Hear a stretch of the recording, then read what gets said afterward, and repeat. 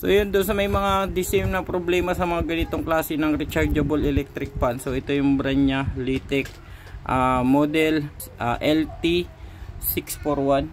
Bali ang naging issue dito is yung kanyang ikot ay mabagal. So masyadong mahina daw yung kanyang ikot. So isa to sa karaniwan na nagiging problema ng mga ganitong electric fan, rechargeable electric fan, kapag ganun yung problema. So yan, no, naka-easy tayo. So bali yung DC niya ayaw nang gumana dahil siguro malamang ano na talaga yung battery niya. So anong nangyari dito, so bakit nagiging mahina yung ikot ng electric fan na to. So ayun, dyan lang din ang sagot niyan. So bali ang nangyari pa dito, yung low niya, so yan, nakita niyo yung low, halos ayaw umikot, wala talaga. So yung low niya is hindi talaga gumagana. So pag minidle ko siya, doon lang siya umiikot. Yan, oh. Pero grabe ang hina niya. So parang wala lang din siya. Pag nilagay ko naman siya sa number 3, sa high niya, so yan, medyo may lakas siya pero hindi ganoon kalakas yung ano ng hangin niya. So dito panoorin nyo lang hanggang dulo kung paano natin naayusin yan, yung mga ganyan simpleng problema ng electric fan na to na mahina lang. So kayang-kaya nyo to, easy lang ang problema nito. So bali, check ko muna yung low nito, setting nito. So kasi bakit hindi siya gumagana? Malamang meron niyang natanggal na pyesa dun sa loob. Kaya yun ang uunahin natin. And then papakita ko sa inyo kung bakit ba siya humihina. So umpisa na natin to.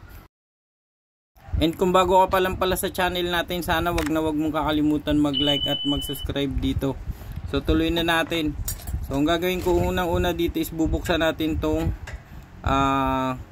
pinaka-head niya. So tatanggalin natin yung mga ulo na yan. So ito na siya. So yan, tatanggalin lang natin kasi titingnan natin kung ano yung nangyari. Baka meron lang siyang madumi o nag-stack up siya. So yan, nakita nyo yung dumi niya. So lilinisan ko muna siya. Then ito, papakita ko sa inyo yung actual niya kung wala yung pan. So titingnan natin kung yung number 1 ba is gumagana. Ito is middle siya. Sa pinakagitna, tapos high. Ito yung high niya. So yung pinaka-low niya ayaw talagang gumana. So ayan, naka-low na yan. So patay talaga siya. So susunod din natin gagawin is bubuksan ko muna tong nasa ilalim na to. So yung pinaka-style niya, nandiyan kasi yung electronic control circuit ng ano na to, ng electric fan na to. So bubuksan natin. Dito rin nakalagay yung battery. So dito mismo sa may cover na to. So hindi muna natin tinanggal yung battery yan. So dahil naka ano lang naman yan. So yan, nakita nyo yung ano. So magbi-visual inspection lang muna tayo dito kung bakit nagkaganito to siya. So dito natatanggal yan, nahihiwalay nyo yung board ng control nya, and then yung power nya, and then yung papunta dun sa electric fan, natatanggal din yun sa motor natin ng electric fan. So magbi-visual inspection tayo kung bakit ayaw gumana yung number 1 o yung low, bakit ayaw niyang gumana. So ito, natatanggal diyan yung kable na yan. So ang gagawin ko, iangat ko na lang itong board na to para makita nyo kung ano ba talaga yung nangyari dito.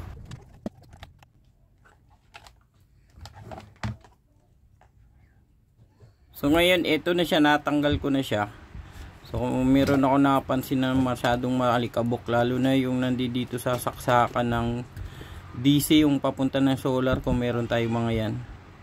And then may sunog ako napansin dito sa resistor na to. So susukatan natin ang resistance kung buo pa ba yan. And then itong nandito, ito yung nasa saksakan ng DC supply natin. So yan yung karamitan na pag dumikit yan, kasi may supply din yan dyan. So yan, nagiging isa rin sa mga problema, dapat malinis yan lagi. So dapat wala yan dumi, kasi possible na dumikit yung dalawang contact na yan kapag nasa ano yan. So yan, nalinis ko na siya kung napansin nyo dito. So yan, nalinis ko na siya. So ang dumi niya kanina, so bali talagang nadikitan siya ng contact siguro yan, kaya ganyan siya, nagkaroon siya ng kasi lagi may standby power to. So meron din ako napansin nung nililinis ko siya, itong isa na tong resistor. So bali dito nangyari sa resistor na to, naputol na, kinalawang siya. Yan, oh, kinalawang yung paa. So bali 200 ohms ito. Hindi, 200k. So ibabalik ko na lang yung ano niyan, buo pa naman yung resistor. So dudugtungan lang natin yan. Ito is okay pa naman. So bali, ito kasi yung nangyayari dito, ito yung nagpapa-charge dun sa battery natin. So yung pinaka-supply niyan. So kaya yan nagkakaroon ng ganyan dahil yung battery natin, itong battery na yan, ito yung isa sa nagpapahirap diyan sa supply. Dahil kung weak na yung battery na yan o mahina na, kung gagawin niya, magsusupply ng malakas, tapos yung battery mo parang nagbadagdag lang siya ng load, parang pinapahirapan niya lang yung resistor na yun dahil hindi naman siya nag-charge talaga ng maayos. So yan ang isa sa mga dahilan diyan, kaya yan humihina imbis na napupunta doon sa pan. So ito, napupunta na diyan lahat tuloy sa battery na yan. So yan, ayos, may resistance siya. So okay naman yung resistance niya. Itong nasa ilalim, so meron din. So ayos naman siya. So ayan talaga yung nagiging pinaka trouble nito, itong battery na yan. So pag mayroon kayo naramdaman sa mga electric pan nyo, yung mga rechargeable electric pan nyo, so tanggalin nyo muna. So yan, tinanggal ko na muna siya dahil wala pa naman akong pamalit dyan. So then itong namang resistor na to, nasukatan natin na meron pa naman siyang resistance. So okay pa yan. Ito talaga yung nagbibigay ng problema, yung battery na yan. And then saka idudugtong na lang natin tong resistor dito na natanggal. So malamang nandito yan yung control na to. So yan yung resistor na yan. Malamang baka nandito yan sa low. So pag nadugtong natin, malalaman natin yan kung gagana siya. Kaya ganun lang yung gawin yung simple pag mayroon kayong mga ganyang trouble. So angatin nyo muna yung battery, kasi yung battery na yan, isa pa yan sa nagdadagdag ng load. Imbis na ma-pull mo, bigyan niya ng supply ito, so hindi na. So yan, nakita nyo na dugtungan ko na yung resistor. So ibabalik ko na lang muna ito para matistingan natin. So masubukan natin kung gagana yung low. So ito, standby na natin muna to, wag na muna natin kakabit yan. So yan lang naman ang nakita natin halos dito sa board na to. So papaanda rin natin siya ng walang battery. So wala muna tayong backup na battery. So ayan, naikabit ko na siya. So temporary muna natin tinanggal yung battery. Ganun lang siya pag meron kayo, para matistingan nyo rin.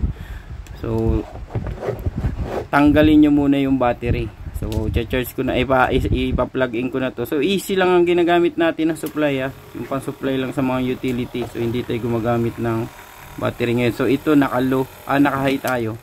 So itatry natin na naka-low. So yan, umikot siya. So yung malamang nandoon ngayon sa resistor kanina na natanggal. So ngayon i-middle natin siya. So ayan, umiikot siya, mas malakas. So parang katumbas na siya ng kanina, ng number 3. So pag number 3 sigurado mas malakas ito. Ay yung power kasi ng imbis na kanina napunta na dun sa battery. So ito is naging parang sulit na napunta na lahat doon sa motor lang natin, kaya ang ikot niya, so hindi siya hirap na hirap. So kung may mga ganito kayo, yung ganyan, kung may pamalit naman, so mas maganda para magamit nyo pa rin yung backup niya habang nagkakaroon ng brownout. So mayroon pa siyang battery extra, so pwede kayo magpalit. Pero kung hindi naman, pwede nyo munang i-disconnect para hindi maging problema yan, kasi mahihirapan lang sa charging yung board nitong natin, rechargeable natin na to. So mahirapan lang yun dahil kung weak battery na to siya. So ayan, so mapapansin nyo rin yan na nagtubig-tubig o minsan kapag naubusan na ng mabilis siya malubat, yung pag tinanggal mo lang sa saksakan tapos ginamit mo yung battery, so hindi halos gumagana. Dapat pag ganun, tanggalin nyo na, kasi minsan yan yung nagiging problema dyan, dumadagdag lang dun sa pahirap sa control ng ating electric fan. So ayan, tinanggal ko na muna siya. So madali naman, meron nakasakit lang naman ito dito sa battery nya, pwede nyo tanggalin. So dito kaya lang natin siya nabuksan kanina kasi may issue nga yung low nya, hindi siya gumagana, kaya inano na natin, tinanggal. Pero ibabalik din natin yung wire nya para kung in case of kailangan ng may-ari, so mapapalitan niya ng battery.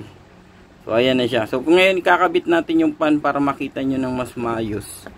So mas malinaw na makikita nyo yung pag-ikot niya. So kakabit ko lang muna temporary na nakaganyan dahil hindi ko pa siya nalilinisan. So mamaya lilinisan natin yan. So lagyan ko lang siya ng lock. So itong lock niya. And then titistingan natin to. So yan iluloko muna siya, then i-on natin sa DC. AC. So yan yung low natin umiikot siya, malakas na siya. So ngayon ito yung pangalawa. So yung nasa middle. So ang lakas na nung hangin natin. And then yung pangatlo. So mas malakas siya. So bali ang gagawin nyo lang, pag mga ganyan na humina yung electric fan nyo, angatin nyo muna yung battery. Ganun lang ka-easy yun. So yan siya ka-simple. So ito yung nagbigay ng problema. Kaya ayaw siyang umikot ng mabilis. So ngayon ano muna natin siya, i-off natin para maibalik ko muna yung cover and then malinisan ko na rin siya. So ayan, natapos na natin na siya na nalinisan. Ito na yung kabuuan niya. So na-assemble ko na siya. So nilinis ko na lahat ng mga alikabok-alikabok dyan. So testing natin. So ililipat ko siya ng easy. So ayan, okay na siya. So ganun lang kasimple yung pag-aayos sa mga ganito. Once na biglang humina yung pag-ikot niya, so doon agad kayo sa battery. Kung tatanggalin nyo lang yung saksakan ng nasa terminal ng battery nyo. Ganun lang siya kasimple. Para maibalik nyo ulit yung buhay niya. Kasi minsan kaya nagtataka tayo bakit bigla siyang humina. So ito ang dahilan ng problema niyan. So yun, kung meron kayong mga sana na mga the same problem o mga hindi naman ganito, so pwede naman kayo mag-comment dyan. So sasagutin natin yan sa abot ng ating makakaya. So bali hanggang dito na lang muna siguro. Kung bago pa lang pala ulit kayo dito sa channel natin, sana wag nyong kakalimutan mag-like at mag-subscribe dito. So at pakihit nyo na rin pala si notification bell para maging updated kayo sa mga bagong upload natin na video. So hanggang dito na lang muna. And abang-abang na lang ulit dun sa mga susunod nating mga simple and easy tip and repair sa mga ganitong klase. So yan. So stay safe and goodbye.